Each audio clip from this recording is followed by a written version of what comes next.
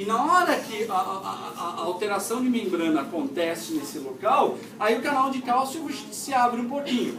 No que abre o cálcio, ele tende a entrar na célula, pelos mesmos gradientes eletroquímicos mencionados que permite fluxos de sódio. E o cálcio, ele não tem uma função de alterar o potencial elétrico, ele tem uma função de agir como segundo mensageiro. E esse segundo mensageiro age como, pessoal? Se ligando às vesículas sinápticas e induzindo a liberação de neurotransmissores. Se você infundir esse cálcio aqui, você não precisava de nada de antes. O cálcio já dava o sinal final. Né? Mas normalmente, em uma situação fisiológica, o cálcio só é liberado com a chegada do potencial de ação. Tá? Então, pessoal, foi assim mais ou menos que a gente terminou ali o conhecimento com a liberação desses neurotransmissores afetando a célula vizinha, né? E aí a gente já inclusive começou a discutir um pouquinho das questões dos receptores. Hoje a gente vai aprofundar um pouco mais no conhecimento disso e a gente vai começar a mencionar as diferentes classes de neurotransmissores e a importância dessas diferentes neurotransmissores para funções neurais. Isso é extremamente curioso. Então, vamos ver se vocês lembram aí nas aulas passadas. A gente pode classificar um neurotransmissor como excitatório ou inibitório? Essa é a resposta importante. Depende do receptor. Todos os neurotransmissores têm receptores que induzem ativação ou que induzem inibição. O que significa que o fator determinante para você entender qual é a consequência do neurotransmissor na célula pós-sináptica é o receptor e não necessariamente o neurotransmissor, já que isso depende de receptor para receptor. Então isso é uma coisa muito importante da gente ser lembrado. Porém, a gente tem neurotransmissores que normalmente, em 99% dos casos, eles têm uma propriedade bem definida. E aqui a gente tem um exemplo inicial dessa categoria de neurotransmissores, são os aminoácidos. Vejam só, pessoal, para que serve aminoácido? Hein? Formar proteínas, não é verdade? Nossas proteínas são formadas a partir de aminoácidos. A proteína nada mais é do que uma cadeia, um aminoácido ligado no outro, um ligado no outro. E isso acaba gerando uma propriedade X naquela proteína. Mas todas as proteínas, sem exceção, nada mais é do que uma cadeia de aminoácidos. Aminoácidos servem para gerar energia, enfim, tem várias utilidades no nosso corpo. O seu sistema nervoso utiliza aminoácidos como a principal e mais abundante classe de neurotransmissores. O que significa que, quando o neurônio dispara o potencial de ação, pessoal, existe uma chance muito alta dessas substâncias, os neurotransmissores que vão afetar esse outro neurônio, serem o quê? Aminoácidos. Não todos. Qualquer aminoácido é neurotransmissor? Não. Alguns são. Um dos mais importantes é esse aminoácido chamado glutamato. Glutamato mesmo. Glutamato presente em carne, naquele sal do agisal da Ajinomoto e tudo mais. O glutamato, ele é considerado o neurotransmissor o neurotransmissor excitatório mais importante do seu corpo. Por quê? Porque é a partir da liberação de glutamato que a maioria das sinapses excitatórias acontecem. Mas o glutamato também tem receptores inibitórios? Tem, então não dá para dizer que ele é 100% excitatório.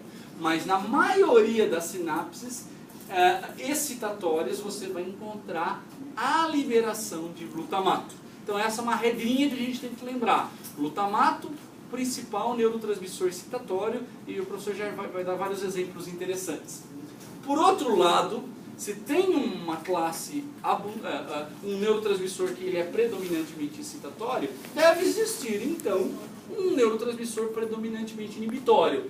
E o mais abundante deles, inclusive, olha que coisa curiosa, a maioria dos nossos neurônios são inibitórios, não são excitatórios. A maioria dos nossos neurônios inibem as outras células. Olha que coisa interessante. A gente acha que o neurônio sempre está excitando outras células. Não, a maioria deles são inibitórios. E a maioria dos inibitórios produzem qual neurotransmissor para inibir os neurônios? Esse ácido gama-aminobutírico, que vocês podem chamar de GABA. O GABA é o principal neurotransmissor inibitório do seu corpo. Vamos dar alguns exemplos para a coisa ficar clara. Quando você precisa transmitir uma informação, por exemplo, de uma região do corpo para outra, de maneira rápida, normalmente as células utilizam o glutamato para fazer isso. Então olha só, você tem aqui a pele, você tem um neurônio que tem uma terminação sensorial que percebe, por exemplo, tato. Esse neurônio ele vai transmitir as informações para dentro do sistema nervoso central. Toda vez que alguma coisa tocar a sua pele, este neurônio sente este toque. E prontamente ele é responsável por transmitir essa informação para o seu sistema nervoso central, para que você tenha consciência que aquele toque está acontecendo. Vejam que coisa interessante, isso a gente vai ver melhor na quarta-feira que vem. Mas quando alguma coisa toca a sua pele, você só sente esse toque porque tem um neurônio sensorial que recebe essa informação. Mas quando esse neurônio ele é ativado, não quer dizer que você tem consciência dessa ativação. Né? Então olha um exemplo, um sujeito que teve uma lesão medular, ele ficou paraplégico. A gente às vezes lembra que o paraplégico ele não tem movimentos mais da perna.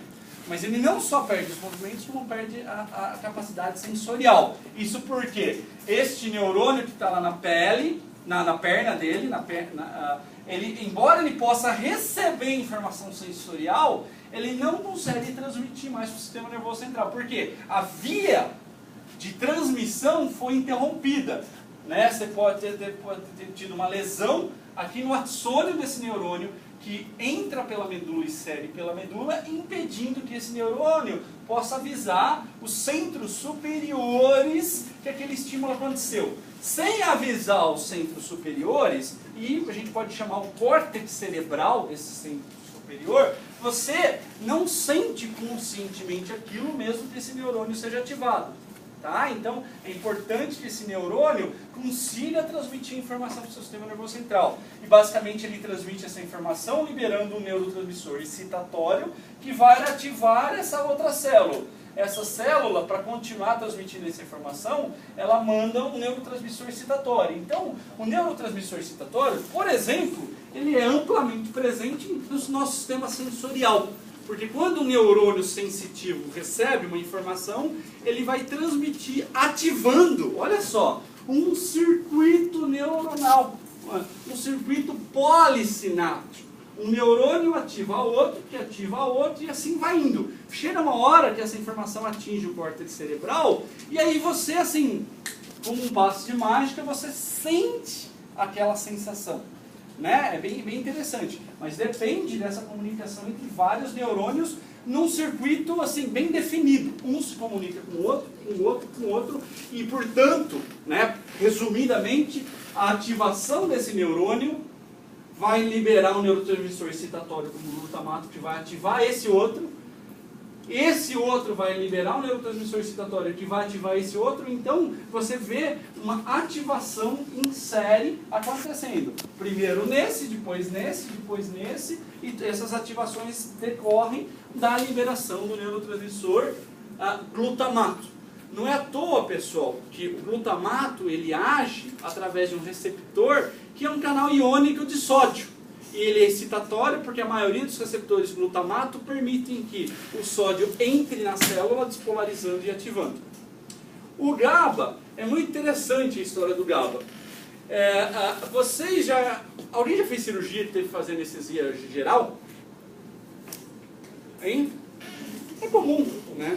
Meu professor, por exemplo, há pouco tempo atrás, eu tive que fazer uma correção de desvio de septo, anestesia geral. Uma classe de drogas que são anestésicos gerais faz o que com o sistema nervoso central, pessoal? Ativa a transmissão GABAérgica. Na hora que o sistema nervoso aumenta muito a transmissão GABAérgica, o que acontece? Todas as suas células ficam inibidas. E na hora que você tem uma inibição geral, adivinha o que acontece? Os seus diversos sistemas neurais, sistema sensorial, sistema motor, sistemas de percepção, enfim, eles deprimem, eles ficam diminuídos de atividade. E chega um ponto que você fica como se estivesse dormindo, no estado de coma, uma baixa atividade cerebral. Então, normalmente, anestésicos gerais, eles suprimem a atividade neural e parte deles, como alguns barbitúricos, fazem isso através de uma ampla estimulação do quê? Dessa via GABAérgica. Então, na hora que você tem esse estímulo, você deprime o funcionamento do seu sistema nervoso. Vocês conhecem uma droga legal, amplamente consumida pela população, que ela é depressora do sistema nervoso central? Oi? O álcool. Uma droga, o álcool. Álcool etílico. O álcool é uma droga depressora do sistema nervoso. Porque o sujeito fica triste, começa a chorar, aspirando. Não. Ele até pode, depois de um tempo, dependendo da quantidade de álcool que ele tomou, ele ficar meio sensitivo. Mas, quando eu digo que ele é depressor do sistema nervoso central, eu estou dizendo o seguinte, que de uma maneira generalizada, ele contribui para a diminuição da atividade cerebral como um todo. Tá? Como o álcool faz isso, será, pessoal? Ele estimula as transmissões GABAérgicas e, ao mesmo tempo, ele é capaz de diminuir a eficácia da transmissão glutamatérgica. Qual o resultado final? Diminuição geral da atividade cerebral.